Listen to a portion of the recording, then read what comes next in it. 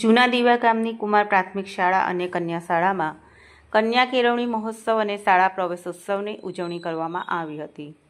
અંકલેશ્વરના નાયબ કાર્યપાલક ઇજનેર દિનેશભાઈ ગામિત અને લાયઝન બિનલબેન પટેલની અધ્યક્ષતા હેઠળ યોજાયેલા શાળા પ્રવેશોત્સવમાં શાળામાં કુમાર અને કન્યા મળીને કુલ 30 જેટલા બાળકોને પ્રવેશ આપવામાં આવ્યો હતો.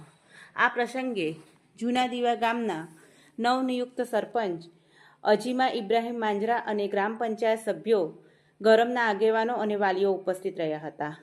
આ કાર્યક્રમમાં અંકલેશ્વરની Deccan fine chemicals India company તરફથી શાળાના 214 બાળકો અને 252 બાળકીઓને ગણવેશ અને નોટબુકનું અનુદાન આપવામાં આવ્યું હતું.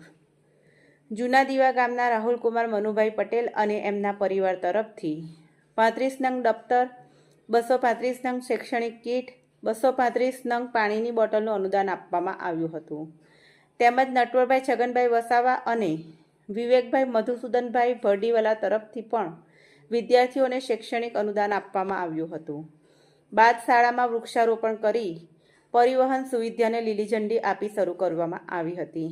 આ પ્રસંગે શાળાના આચાર્ય ધર્મેન્દ્ર મહિડા, શિક્ષકો અને એસએમસીના સભ્યો ઉપસ્થિત રહ્યા હતા. તેમજ બાળકોના ઉજ્જવળ ભવિષ્ય માટેની શરૂઆત છે. તો જે માટે શિક્ષકશ્રીઓ, વાલીઓ તેમજ સમાજના બધા ભેગા મળીને આપણે તેમના આગળના ભવિષ્ય માટે જે કંઈ બને તેના માટે સહયોગી બનીશું.